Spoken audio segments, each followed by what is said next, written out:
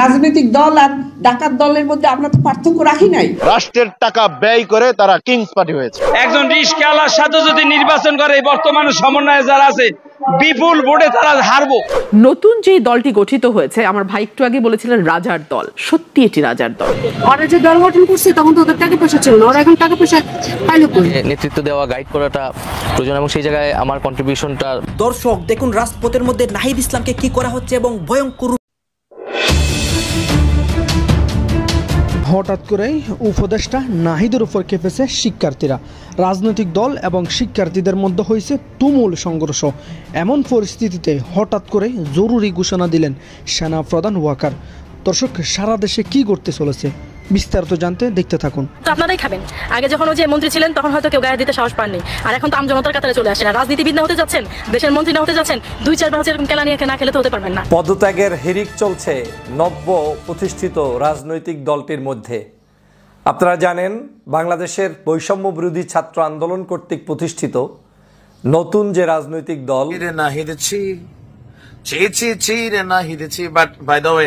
একটা বৈষম্য বিরোধী এই সকল টেকটুক লাগাইয়া অলিতে গলিতে চিপা চাপায় সরকারি বেসরকারি যে কোনো প্রতিষ্ঠানে কেউ যদি যা ভাবনে, প্রথমে পিস মোড়া বান দিতে হবে, তারপর 999 কল দিতে হবে। কারণ যিনি বস এই মুহূর্তে, এই সমন্বয়কদের আদি পিতা ধরতে পারি, তারপর রানিং আবার তিনি এখন আছেন দলটার সাথে নাহিদ।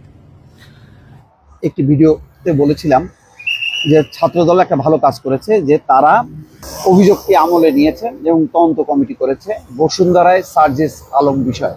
এখন যে ভাষণকে বাঙালির স্বাধীনতা, মুক্তি এবং জাতীয়তাবোধ জাগরণের প্রেরণা হিসেবে বিবেচনা করা হয়, তাই এই দিনটি বাংলাদেশের কাছে যথেষ্ট গুরুত্বপূর্ণ। তাই দেশের বাইরে থেকেও জাতির উদ্দেশ্যে ভাষণ দিলেন শেখ হাসিনা।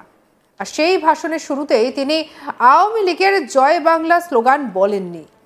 তিনি বলেন বিসমিল্লাহ রহমান রহিম। আসসালামু আলাইকুম রহমতুল্লাহ। সবাই কেমন আছেন? আশা করি সবাই অনেক অনেক ভালো এবং সুস্থ আছেন। সবাইকে স্বাগতম জানাচ্ছি আমাদের আরেকটি নতুন ভিডিওতে। প্রতিদিনের মতো আমি আপনাদের সিরিয়াত ফারুকি আবারও চলে আসলাম নতুন একটা ভিডিও নিয়ে। দর্শক, ইতিমধ্যে আপনারা সবাই দেখেছেন ভিডিওর শুরুতে বেশ কিছু অংশবিশেষ দেখেছেন, যে অংশবিশেষগুলো দেখে বুঝতে পেরেছেন আজকের ভিডিওটা কতটা গুরুত্বপূর্ণ হতে চলেছে। তাই আমি আর বিষয়টা নিয়ে বেশি বিস্তারিত বলবো না, কারণ বিস্তারিত বলতে গেলে ভিডিওটা অনেক লম্বা হয়ে যাবে। তাই আমি আর বেশি কথা না বলে আমরা ধারাবাহিকভাবে একটু বাকি অংশগুলো একটু দেখে আসবো। তার আগে আপনার কাছে ছোট্ট একটি অনুরোধ জানিয়ে রাখতে চাই, যারা আমাদের ফারুকি অনলাইন ইউটিউব চ্যানেলটিতে এখন আছেন, প্লিজ দয়া করে আমাদের চ্যানেল সাবস্ক্রাইব করুন। পদত্যাগের হিড়িক চলছে নব্য প্রতিষ্ঠিত রাজনৈতিক দলটির মধ্যে। আপনারা জানেন, বাংলাদেশের বৈষম্য বিরোধী ছাত্র আন্দোলন কর্তৃক প্রতিষ্ঠিত নতুন যে রাজনৈতিক দল জাতীয় নাগরিক কমিটি থেকে জাতীয় নাগরিক পার্টি, এই জাতীয় নাগরিক পার্টির গত কয়েকদিন আগে অভিষেক অনুষ্ঠান অনুষ্ঠিত হলো, আত্মপ্রকাশ অনুষ্ঠিত হয়েছে। আত্মপ্রকাশের পর থেকেই আলোচনা সমালোচনায় জর্জরিত এই সংগঠনটি। স্বভাবতই বাংলাদেশে যে কোনো কার্যক্রম শুরু করলে সমালোচনা আলোচনা থাকবেই, সে ভালো কাজ করলেও থাকবে, মন্দ কাজ করলেও থাকবে। কিন্তু নতুন এই সংগঠনটির মনে হচ্ছে যেন সমালোচনার ভার পিছু হটছে না, তাদের গায়ের সাথে লেগেই যাচ্ছে। আর সেই সমালোচনাটি তৈরি হয়েছে এখন আবার তাদের এক সপ্তাহ ঘুরতে না ঘুরতেই তাদের দলের পক্ষ থেকে 3 জন সিনিয়র নেতা ইতিমধ্যেই পদত্যাগপত্র জমা দিয়ে তারা এই দল থেকে চলে গিয়েছেন। জাতীয় নাগরিক পার্টির যে অভিষেক অনুষ্ঠানটি আমরা দেখলাম, তাদের যে আত্মপ্রকাশ অনুষ্ঠানটি দেখলাম, সে আত্মপ্রকাশ অনুষ্ঠানে বাংলাদেশের বিভিন্ন প্রান্ত থেকে হাজারো ছাত্র জনতা এখানে অংশগ্রহণ করেছেন, বিভিন্ন রাজনৈতিক দলের প্রতিনিধিরা অংশগ্রহণ করেছেন। ছাত্রদের প্রতি স্বভাবতই বাংলাদেশের সাধারণ নাগরিকদের উচ্চমানের একটি আশা আকাঙ্ক্ষা রয়েছে, যে ছাত্ররা বাংলাদেশের জুলাই বিপ্লবে যেভাবে আমাদেরকে সাহায্য করেছে, সহযোগিতা করেছে, দেশকে এগিয়ে নিতে যেভাবে তারা প্রচেষ্টা করেছে, সেই প্রচেষ্টা অব্যাহত রেখে আগামীর বাংলাদেশ গঠনেও তারা ভূমিকা পালন করবে। কিন্তু হঠাৎ করে কি এমন ঘটলো, কি এমন হচ্ছে দলটির মধ্যে, যে দলের মধ্যে পদত্যাগের হিড়িক বইছে? মাত্র 1 সপ্তাহ হলো না দলটি গঠন হয়েছে, তার মধ্যেই এটা নিয়ে আসলে এখন রাজনৈতিক অঙ্গনে আলোচনা যেমন হচ্ছে, সমালোচনা হচ্ছে। এই জায়গা থেকেই আজকে আমি আলোচনা করার জন্য আপনাদের সামনে উপস্থিত হয়েছি। আমার কাছে মনে হচ্ছে যেই সকল নেতাকর্মীরা এই দলের ভিতরে ঢুকেছেন এবং আবার বের হচ্ছেন, এরা প্রত্যেকেই কিন্তু বাংলাদেশের আগামীর স্বপ্ন বাস্তবায়নের কারিগর। বাংলাদেশের বৈষম্য বিরোধী আন্দোলন যখন শুরু হয়, সেই আন্দোলনের সময় যারা নেতৃত্ব দিয়েছেন, বিভিন্ন দলের সংগঠনের পিছন থেকে সামনে থেকে গোপনে প্রকাশ্যে যারাই অংশগ্রহণ করেছেন, সবাই কিন্তু দেশপ্রেমিক, সবাই চায় বাংলাদেশকে সুন্দরভাবে বিনির্মাণ করতে। বাংলাদেশের ছাত্র জনতার এই আন্দোলনকে যখন তুঙ্গে উঠেছে, তখন এদেশের রাজনৈতিক সংগঠনগুলো তাদেরকে ব্যাকআপ দিয়েছে, পিছনে বাতাস দিয়েছে, এবং কেউ কেউ মনে করে বাংলাদেশের এই ছাত্রদের যে নেতৃত্বে গঠিত আন্দোলন, এবং আমিও মনে করি, কেউ কেউ না, আমিও মনে করি এদের মধ্যে সিংহভাগই হয়তো বাংলাদেশে যেই দলটিকে শেখ হাসিনা নিষিদ্ধ করেছিল, সেই বাংলাদেশ জামায়াতে ইসলাম, যাদেরকে সম্ভবত 1 তারিখ বা 2 তারিখে নিষিদ্ধ করেছে, আর 5 তারিখে গিয়ে শেখ হাসিনার পতন হয়েছে, সেই সংগঠনের নেতাকর্মীরা এই আন্দোলনের সময় পিছন থেকে ব্যাকআপ দিয়েছে, কৌশলে নেতৃত্ব দিয়েছে ভিন্ন আঙ্গিকে, কিন্তু তারা সেটা সামনে প্রকাশ করেনি। এটা এখন আওয়ামী লীগও স্বীকার করে, ছাত্র জনতাও স্বীকার করে, বিভিন্ন সংস্থাও স্বীকার করে। কিন্তু এর বাহিরে বড় যে শক্তিটি কাজ করেছে সেটা হচ্ছে বাংলাদেশের বড় বড় রাজনৈতিক দল, যেমন বাংলাদেশ জাতীয়তাবাদী দল, তারপরে বাংলাদেশ জামায়াত ইসলাম, ইসলামী আন্দোলন বাংলাদেশ, এরপরে গণ অধিকার পরিষদের নুরু ভাইয়ের নেতৃত্বে একদল মেধাবী শিক্ষার্থীরা এখানে অংশগ্রহণ করেছে। এক বাক্যে এই আন্দোলনটি ছিল সামষ্টিক, কিন্তু এই আন্দোলনে যখন যারা যাদেরকে সহযোগিতা করেছে, তারা যখন অনুভব করেছে যে এই সংগঠনটি হয়তো বাংলাদেশের ধর্মীয় মূল্যবোধ, জাতীয়তাবাদী মূল্যবোধ, এদেশের সভ্যতা সংস্কৃতিকে লালন করে সামনের দিকে দল নিরপেক্ষভাবে এগিয়ে যেতে পারে এবং এদেশের মানুষের রাজনীতিতে ভালো ভূমিকা পালন করতে পারে, তখন কিন্তু নির্দলীয় নিরপেক্ষ বহু মানুষ এই দলের পিছনে ব্যাকআপ দেওয়ার জন্য মাঠে নেমেছে। এখনো তারা অনেকে হয়তো স্টিল এই দলটার শুভকামনা করেই যাচ্ছেন। কিন্তু আমার কাছে কেন জানি মনে হচ্ছে এই দলের কিছু কিছু নেতাকর্মী তাদের বক্তব্যের মধ্যে স্থিতিশীলতা রাখতে পারেন নাই। তারা যখন বক্তব্য দিচ্ছেন, আজকে এক ধরনের দিয়েছেন, ঠিকই এই বক্তব্য থেকে ইউটার্ন নিয়ে আরেকদিন আরেক ধরনের দিচ্ছেন, এবং এই বক্তব্যগুলোকে যদি আপনি একটু অ্যানালাইজ করেন তাহলে সেখানে একটু গন্ধ পাওয়া যাবে যে ক্ষমতার স্বাদ কিংবা প্রতিষ্ঠিত হওয়ার স্বপ্ন কিংবা ভিন্ন কিছু, যেটা একেবারে ছোট্ট আকারে দেখা যাচ্ছে, খুব বড় আকারে না। এবং এটাকে আমি দোষেরও বলছি না, যে কোনো অর্গানাইজেশন সে প্রতিষ্ঠিত হবে, তার ব্যক্তি স্বার্থ থাকবে, দেশের স্বার্থ থাকবে, সব থাকবে, কিন্তু যে একটা ক্লিন ইমেজ নিয়ে শুরু করেছিল সেখানে একটু হলেও তারা ভাটা পড়াতে সক্ষম হয়েছে এই স্বল্প কয়েকদিনের মধ্যেই।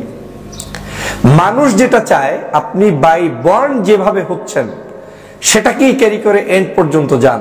মানুষ যেটা চায়, আপনি যেটা শুরুতে বলেছেন এখনো সেটা কন্টিনিউ করেন। ফর এক্সাম্পল, আওয়ামী লীগের সময় আপনি কি ভাষায় কথা বলতেন, এখন আপনার একই চরিত্র অন্য কোনো ব্যক্তি যদি অবলম্বন করে আপনি একই ভাষা ব্যবহার করবেন, মানুষ আপনাকে অ্যাকসেপ্ট করবে। কিন্তু আওয়ামী লীগের সময় যে ভাষা আপনি ব্যবহার করেছেন, এখন আপনি একই অপরাধ ভিন্ন কেউ করলে করবেন না, তার মানে মানুষ বুঝে নিবে যে আপনি কারো না কারো হয়ে এমন ভাবে কাজ করছেন যে আপনি কোনো অবস্থাতেই নীতি নৈতিকতার জায়গাটায় নেই।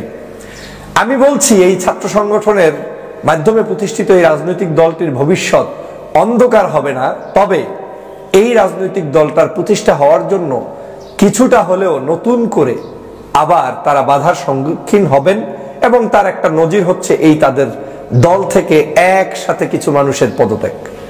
আমি জানি না এই মানুষগুলোর উদ্দেশ্য কি, নিশ্চয়ই তারাও দেশপ্রেমিক, তারা দেশের স্বার্থেই তারা তাদের মনে করেছে এই দলের ভিতরে যে চিন্তা চেতনা আদর্শ নিয়ে তারা ঢুকেছিলেন সেটা হয়তো ফুলফিল হবে না, এবং তারা যেটা চাচ্ছেন সেটা হয়তো কেউ করবে না। তো না করার কারণে তারা আজকের এখান থেকে ভেগে যেতে বাধ্য হয়েছেন, কিংবা এখানে তাদের মতো করে সংগঠনটা প্রতিষ্ঠিত করার মতো মানসিকতার লোক পাননি বিদায় হয়তো বের হয়েছেন, যেটা সামনে আরো পরিষ্কার হবে।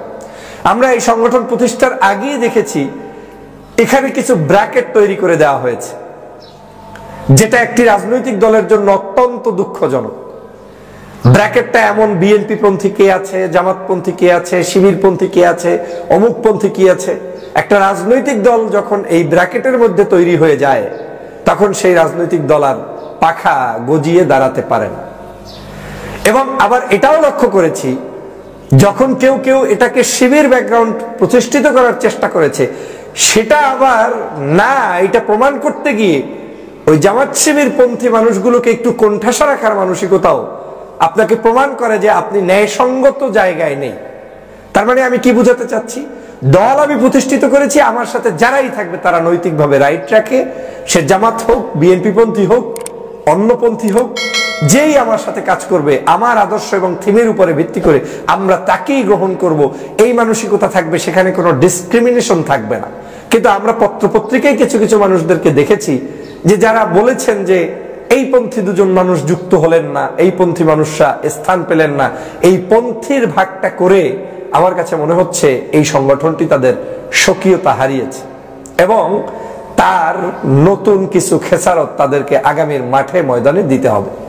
বাংলাদেশের রাজনীতিতে আমরা নিশ্চয়ই খেয়াল করেছি 18 সালের সেই কোটা বিরোধী আন্দোলন, উত্তাল রাজপথ, কিন্তু অনেক তরাই উত্তরাই পেরিয়েও রাজনৈতিক সংগঠন গঠন করে একেবারে পূর্ণাঙ্গ সঠিক এবং কঠোরতম জায়গায় কিংবা বাস্তবতার নিরিখে প্রতিষ্ঠিত জায়গায় কেউ এখন পর্যন্ত পৌঁছতে পারেনি, পারছে না।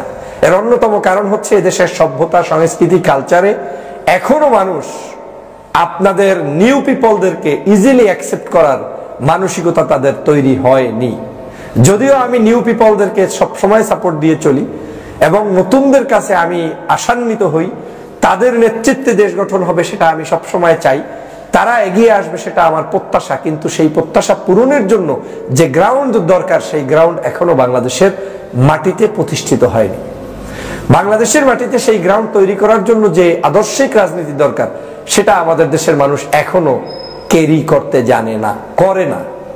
সে কারণে নতুন রাজনৈতিক দল যারাই আসবে তাদেরকে কারো না কারো বাতাস নিয়েই থাকতে হবে এবং সে বাতাসটা তো স্পষ্ট। এদেশের রাজনীতিতে মেরুকরণ আছে, ডানপন্থী রাজনীতি, বামপন্থী রাজনীতি, এবং এই ডানপন্থী রাজনীতিবিদ বলতে যাদেরকে বুঝায় তাদের সাথে মানুষের সর্বোচ্চ জনপ্রিয়তা বামপন্থী আওয়ামী লীগের নেতৃত্বে যারা আছেন, যদিও আওয়ামী লীগ দাবি করে তারা ডানপন্থী বলকিরই কেউ একজন, কিন্তু এদেশের জনগণ তাদেরকে ডানপন্থী মনে করে না, তাদেরকে বামপন্থী রাজনৈতিক সংগঠনেরই গুরু ঠাকুর হিসেবেই সবাই সম্বোধন করে। তাহলে দুইটা প্যাটার্নে এদেশের রাজনীতি চলে গিয়েছে। একটা হচ্ছে বিএনপি, জামাত, চরমনাই, এই যে ডান ধারার রাজনীতি, এর সাথে আরো নতুন নতুন কিছু ডান ধারার রাজনীতি আছে। আর একটা হচ্ছে আওয়ামী লীগ, আওয়ামী লীগের সাথে 14 দল 18 দল যারা যারা আছে, এই সকল ছোট ছোট রাজনৈতিক দল, তাদের ধারা। কিন্তু এই দেশে সফল হতে হলে আপনাকে কোন ধারায় যেতে হবে? প্রথম ধারাটাই লাগবে আপনার চিন্তা চেতনায় ডান, আদর্শে ডান, কলবে ডান, মুখে ডান, আপনার বিশ্বাসে আপনি ডান। এবং ডানটা এমন ডান যে এই ডানটা হতে হবে ওই পরিমাণ ডান যে আপনার ডানপন্থী কোনো মানুষ ভিন্ন আদর্শের হলেও তার উপরে জুলুম হবে, অত্যাচার হবে, নির্যাতন হবে, আপনি তাদের এই নির্যাতন সহ্য করে থাকবেন না, বরং আপনি প্রতিবাদী হবেন। জামাতের একজন লোক বিপদে পড়েছে, আপনি প্রতিবাদী হলেন। চরমনায়ের একজন লোক বিপদে পড়েছে, আপনি প্রতিবাদী হলেন। ডানপন্থী বিএনপি বা অন্য কোনো রাজনৈতিক দলের একজন ব্যক্তি বিপদে পড়েছে, আপনি প্রতিবাদী হয়ে তার পক্ষে দাঁড়ালেন। এইটা যখন পারবেন আপনাকে মানুষ অ্যাকসেপ্ট করবে। কিন্তু আপনি যখন কোনো একজন ব্যক্তি বিপদে পড়েছে কিন্তু লোকটা করে জামাত, তাই তার পাশে দাঁড়াতে পারলাম না, লোকটা করে হুজুরগিরি, তাই তার পাশে দাঁড়াতে পারলাম না, এই আপনি ব্র্যাকেটের ভিতরে চলে গেলেন এবং আপনার ডানপন্থী টেস্ট করা শেষ। আমি তো বাংলাদেশের প্রায় ডানপন্থী রাজনীতির টেস্ট করার একটা কৌশল সবাইকে বলে দিয়েছি। শুধু গিয়ে মানুষকে জিজ্ঞেস করবা, এই যে সাইদি সাহেবকে ফাঁসি দিল, গোলাম আজমকে অপবাদ দিল, কাদের মোল্লাকে ফাঁসি দিল, মীর কাসেম আলীকে ফাঁসি দিল, আলী হাসান মুজাহিদকে ফাঁসি দিল, তারপরে সালাউদ্দিন কাদের চৌধুরীকে ফাঁসি দিল, আপনার কাছে কি মনে হয় এই ফাঁসিগুলো কোনো অন্যায় করেছে তাই দিয়েছে নাকি স্বার্থের জন্য দিয়েছে? যখনই ওই ব্যক্তিরা স্বার্থের জন্য দিয়েছে বলে স্বীকার করবে, বুঝে নিবেন লোকগুলো আদতেই হৃদয়ে লালন করে ডানপন্থী এবং ইসলামপন্থী মানুষদের ভালোবাসা। কিন্তু যারা এটাকে বলে এটা ঠিক করেছে, বুঝতে হবে এ লোকের শয়তানিতে ভরপুর, কারণ ঠিক তো করে নাই। তার মানে হচ্ছে ধর্মপ্রাণ মানুষদেরকে ফাঁসি দিলে, অন্যায়ভাবে হত্যা করলেও কিছু কিছু মানুষ খুশি হয়, বুঝতে হবে ওই মানুষটা ডানপন্থী নয়।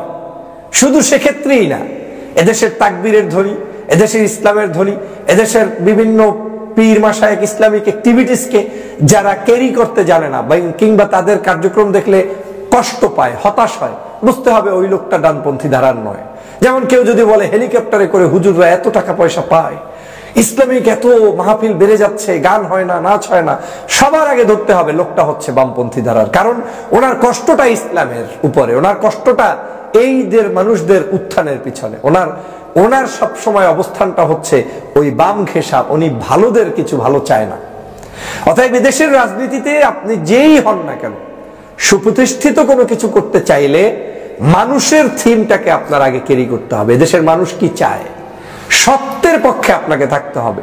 এই সত্যের পক্ষে যখন আপনি অবস্থান নিতে পারবেন, আপনি অটোমেটিক মানুষের ভালোবাসা পাবেন। তবে একদিনে তো আর পাবেন না, একদিনে অর্জনও করতে পারবেন না। হঠাৎ সুলতান যদি কারো হওয়ার মানসিকতা থাকে, তারা হঠাৎ সুলতান হয়ে পড়ে যাবেন, ঝরে যাবেন, নিভে যাবেন, কিন্তু হৃদয়ে স্থান অর্জন করতে পারবেন না।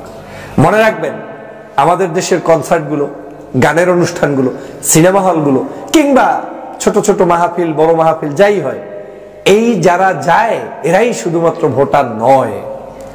কোটি কোটি মানুষ যারা ঘরের ভিতরে নিবৃতে বসে থাকে, যারা মসজিদে গিয়ে একটু নামাজ পড়ে কিন্তু অন্য কোনো অ্যাক্টিভিটিসে জড়ায় না, সেই মানুষগুলোর চিন্তা করে, কৃষক শ্রমিকের চিন্তা করে, জাতির প্রত্যাশা চিন্তা করে আপনাকে কার্যক্রম হাতে নিতে হবে।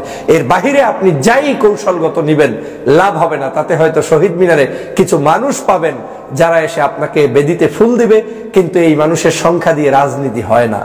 আপনাকে ফুলও দিতে হবে, কিন্তু যে মানুষগুলো নিবৃতে বসে আছে সেই মানুষগুলোর চিন্তা এবং আদর্শকে আপনার দলের ভিতরে প্রতিষ্ঠিত করতে হবে।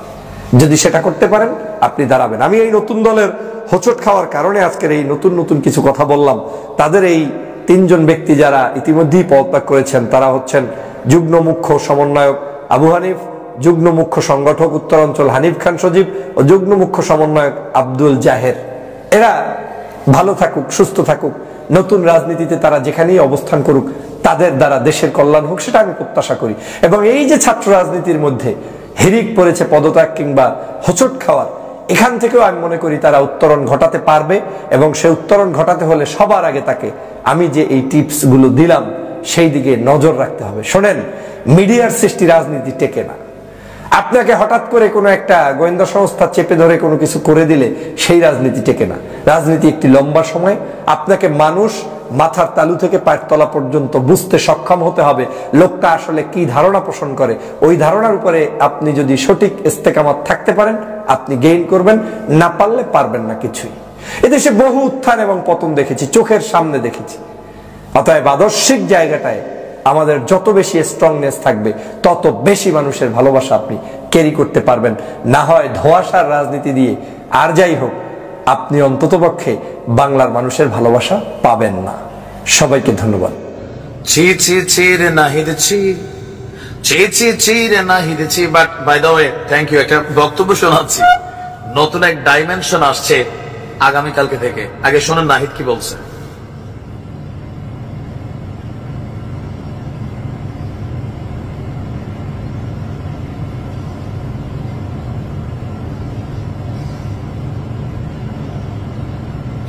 এতটুকু বক্তব্য শুনেই নিশ্চয়ই আপনারা বুঝে গেছেন যে আগামীকালকে থেকে এই সমন্বয়ক আর বৈষম্য বিরোধী এই সকল টেকটুক লাগাইয়া অলিতে গলিতে চিপা চাপায় সরকারি বেসরকারি যে কোনো প্রতিষ্ঠানে কেউ যদি যা ভাব নেয়, প্রথমে পিস মোড়া বান দিতে হবে, তারপর 999 কল দিতে হবে। কারণ যিনি বস এই মুহূর্তে, এই সমন্বয়কদের আদি পিতা ধরতে পারি, তারপর রানিং আবার তিনি এখন আছেন দলটার সাথে, নাহিদ।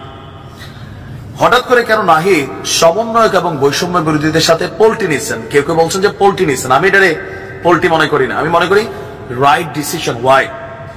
এই মুহূর্তে বাংলাদেশের বিভিন্ন জায়গায় এই যে আইন শৃঙ্খলার পরিস্থিতির অবনতি, মব জাস্টিস, যে কোনো জায়গায় মম যা চাইলো গিয়া ধাম কইরা, ভাই আমি বৈষম্য বিরোধী, ভাই আমি সমন্বয়ক, দেশটারে 12টা বাজায় রাখছে কিছু সুবিধাভোগী সমন্বয়ক। অনেকে চাঁদাবাজিতে জড়িত হয়ে গেছেন, অনেকে মামলা বাণিজ্যে জড়িত হয়ে গেছেন, অনেকে সিন্ডিকেটে জড়িয়ে গেছেন, বিভিন্ন সেক্টরে ভূমিকা রাখা শুরু করেছেন। আর দিন শেষে এই জিনিসটা বুঝতে পেরেছে আমাদের জাতীয় নাগরিক পার্টির যিনি আহ্বায়ক আছেন জনাব Nahid Islam.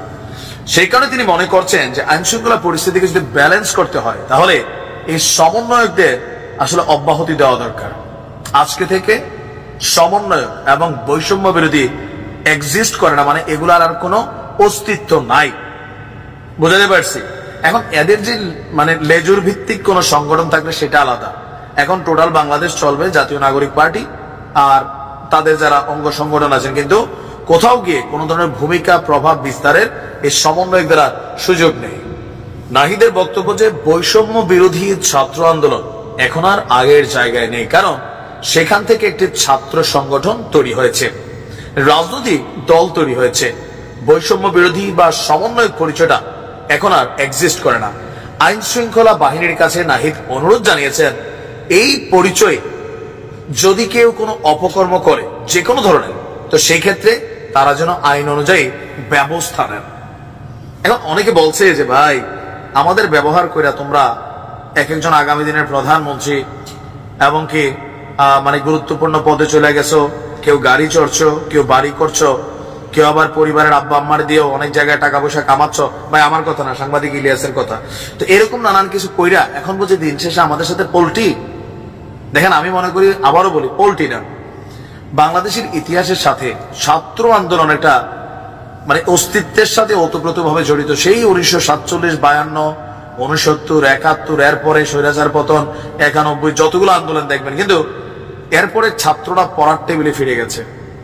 This is the very first time যে আমাদের ছাত্ররা পড়ার টেবিলে, যারা ছাত্র তারা ফিরে গেছে, কিন্তু নাহিদ বা যারা আছেন তারা কোটা আন্দোলন থেকে আজকের দিনের এই জায়গাটায় চলে আসছেন। ইভেন তারা এখন মনে করছেন এই পরিস্থিতিতে মানুষের কাছে একটা বিরূপ প্রতিক্রিয়া হয়েছে এই সমন্বয়ক শব্দটা। ইভেন এটা ব্যবহার করে অনেক ধরনের ঘটনা কিন্তু বাংলাদেশে ঘটতেছে।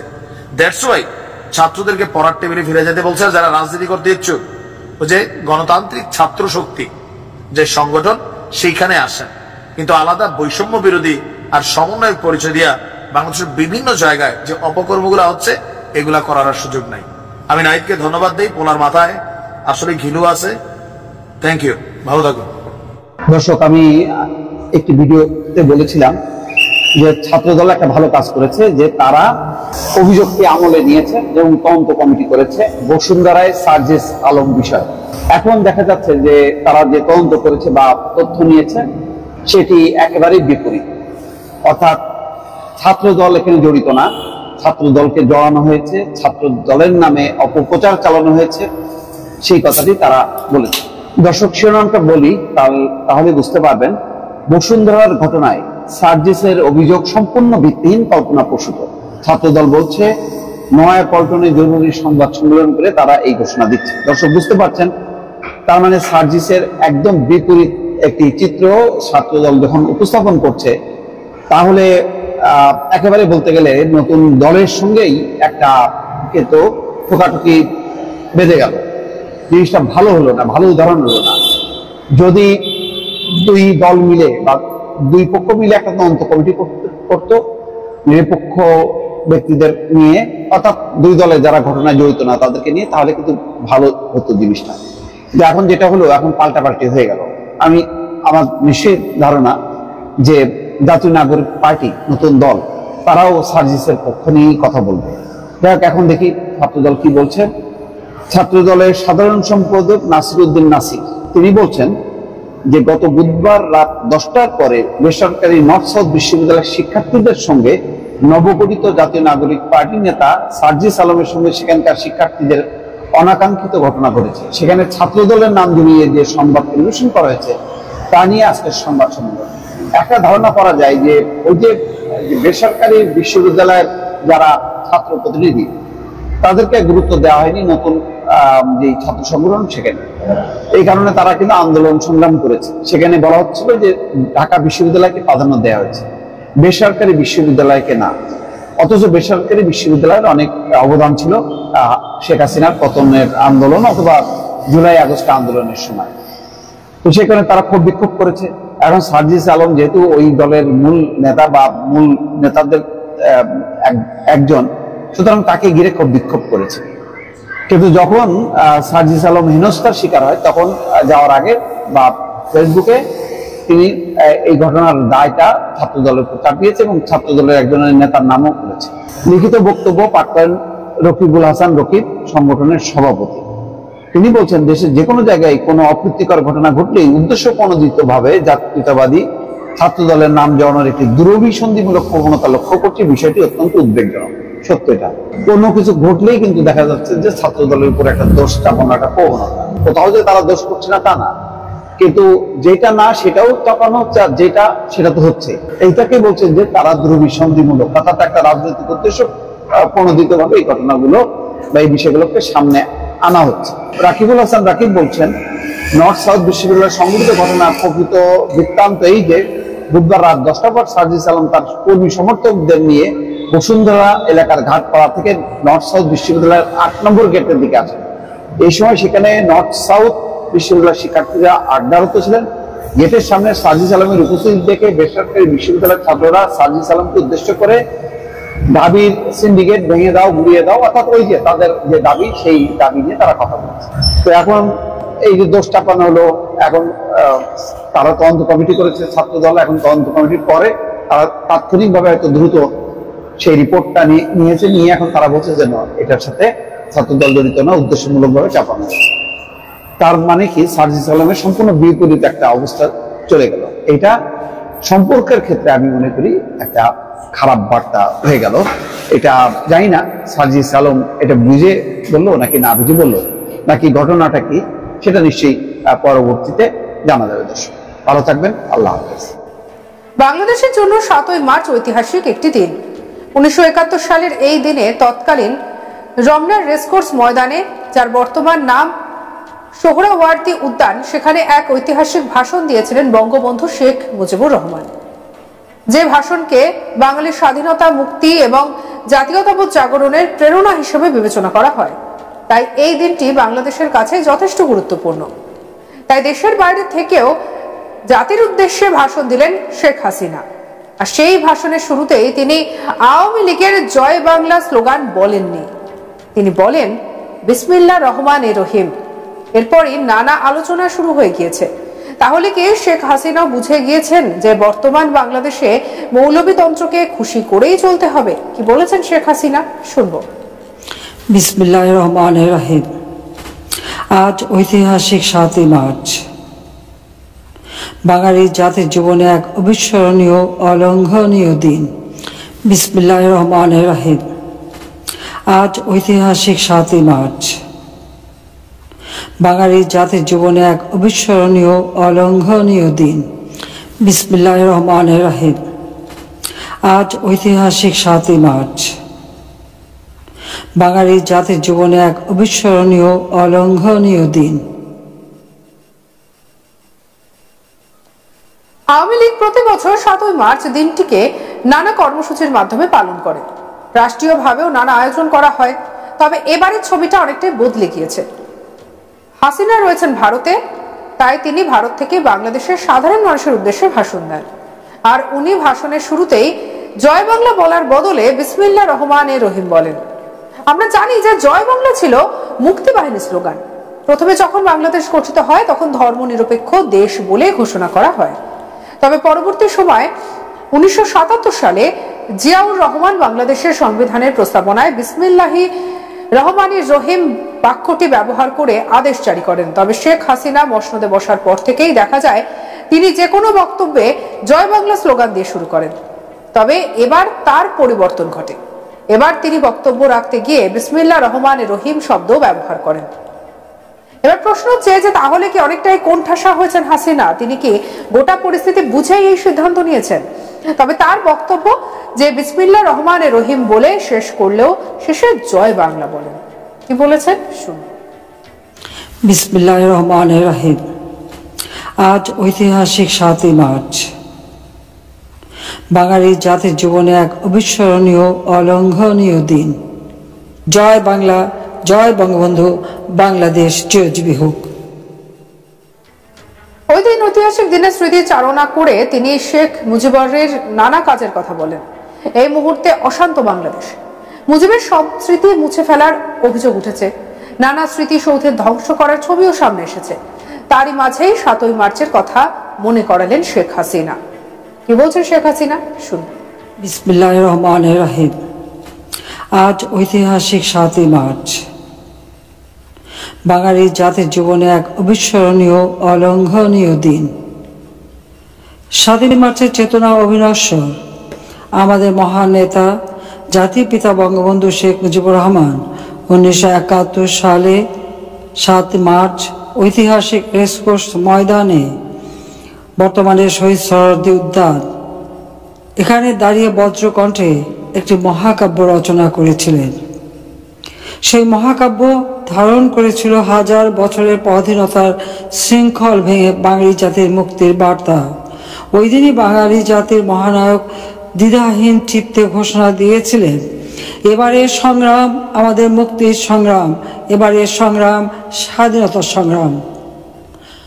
বঙ্গবন্ধু শেখ মুজিবের দরাজ কণ্ঠে উচ্চারিত হয়েছিল বাঙালির হৃদয় থেকে হৃদয় অনুরণিত শব্দমালা। স্বাধীনতার আকাঙ্ক্ষায় সমগ্র বাঙালি জাতি এক সূত্রে গাঁথা সেই মহাকাব্যের শ্রেষ্ঠ পংক্তি আর দাবায় রাখতে পারবা না। সুতরাং 7 মার্চ সামনে রেখে এই মহেন্দ্রক্ষণে আমি গভীর শ্রদ্ধায় প্রথমে স্মরণ করছি সর্বকালের সর্বশ্রেষ্ঠ বাঙালি জাতির পিতা বঙ্গবন্ধু শেখ মুজিবুর রহমানকে। কৃতজ্ঞ চিত্তে স্মরণ করছি জাতীয় চার নেতা, মহান মুক্তিযুদ্ধে 30 লাখ শহীদ ও 2 লাখ সম্ভ্রম হারা মা বোন এবং অগণিত বীর মুক্তিযোদ্ধাকে, যাদের মহান আত্মত্যাগের মধ্য দিয়ে আমরা অর্জন করেছি স্বাধীন সার্বভৌম বাংলাদেশ, এনেছি বিজয় ছিনিয়ে। বঙ্গবন্ধু শেখ মুজিব এবং বাংলাদেশ একই সূত্রে গাঁথা।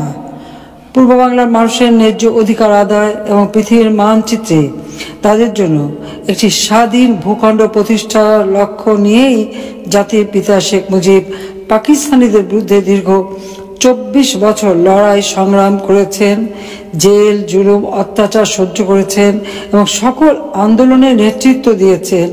একমাত্র তিনিই ছিলেন হাজার বছরের শোষিত বঞ্চিত বাঙালিদের মধ্যে সবচেয়ে বলিষ্ঠ কণ্ঠস্বর।